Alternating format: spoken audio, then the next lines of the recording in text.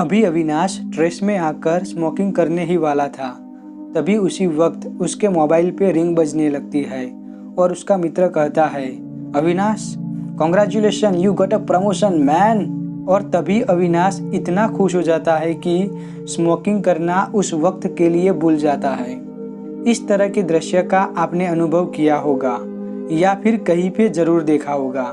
यहाँ पर अविनाश ने स्मोकिंग को साइड में इसलिए रखा क्योंकि उसके पास स्मोकिंग न करने का सबसे बड़ा रीजन एवं रिवॉर्ड था। किंतु थोड़े दिनों बाद जब अविनाश अपने प्रमोशन के मुताबिक अपनी जॉब पर कार्य करता है, तब वह कभी कभार स्मोकिंग कर लेता है। इस घटना से हमें क्या सीखने को मिलता है?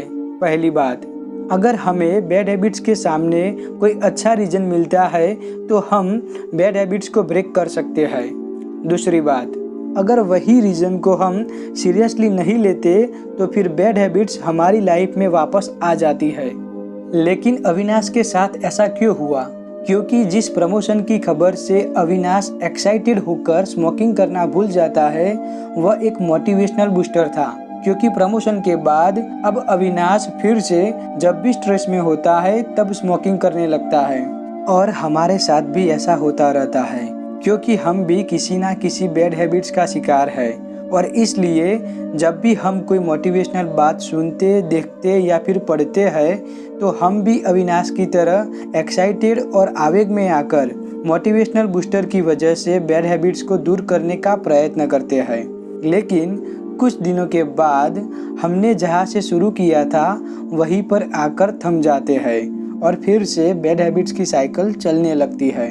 अब प्रश्न यह होता है कि क्यों हम बैड हैबिट को बार बार दोहराते हैं और बैड हैबिट को ब्रेक करने का मोस्ट प्रैक्टिकल वे कौन सा है? इन दोनों प्रश्नों को हम श्रीमद् भगवद गीता के दृष्टिकोण से समझेंगे। बैड हैबिट को दोहराने का सटीक कारण श्रीमद् भगवद गीता के अनुसार कुछ इस प्रकार का है। कर्मेंद्रियाणि संयम्य य आस्ते मनसा स्मरण इंद्रियार्थान विमूढ़ात्मा मिथ्याचार स उच्यते। यानी कि बैड हैबिट्स के लिए 3 बातें सबसे ज्यादा जिम्मेदार है।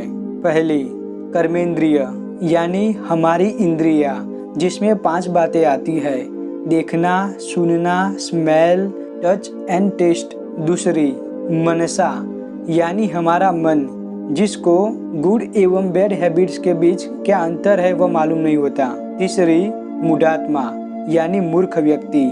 यहाँ पर मूढ़ात्मा बुद्धि यानी इंटेलिजेंस के लिए है, यानी जब हमारी बैड हैबिट्स पर हमारी बुद्धि का कोई कंट्रोल नहीं रहता तो उस व्यक्ति को मूढ़ात्मा कहते हैं। इसके अलावा चौथी बात, जो अति सूक्ष्म है फिर भी बैड हैबिट्स के लिए जिम्मेदार है, वह है एनवायरनमेंट।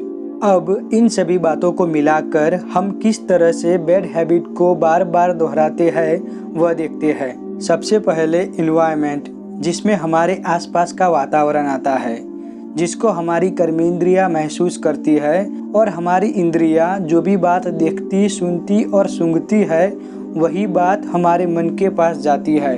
और फिर हमारा मन, जिसको अगर वह बात अच्छी लगती है तो वह बार बार हमारी बुद्धि को उस कार्य के लिए चलित या फिर भ्रमित करता रहता है और हम ऐसे ही बैड हैबिट्स को दोहराते रहते हैं। इस बात को हम प्रैक्टिकल एग्जाम्पल से समझते हैं। जंक फूड नाम की बैड हैबिट, जब हम बाहर घूमने जाते हैं तो वहाँ पे कई सारी जंक फूड की स्टोर देखते हैं और फिर उसका टेस्ट भी हमें याद आने लगता है और साथ में उसकी स्मेल। इन सभी कारणों से हमारे मन को इच्छा हो जाती है और हम जंक फूड खाने के लिए प्रेरित हो जाते हैं। इन बातों को हम यूं ही बार बार रिपीट करते रहते हैं और बैड हैबिट का शिकार बन जाते हैं। पोर्न एडिक्शन नाम की बैड हैबिट, रिसर्च के मुताबिक पोर्न देखने की शुरुआत लोग 14 से लेकर 18 की उम्र में करते हैं। इस उम्र में ऐसा एनवायरनमेंट भी होता है जहाँ पर यह सब बातें मजाक मजाक में होती रहती है और फिर लड़कियों को देखना, उनसे बातें करना, सोशल मीडिया, ये सब बातें करते करते हम बहुत आगे निकल जाते हैं। और अब तो हमारा इंटेलिजेंस इन सब बातों का विरोध नहीं करता और इसके खिलाफ प्रश्न भी नहीं करता।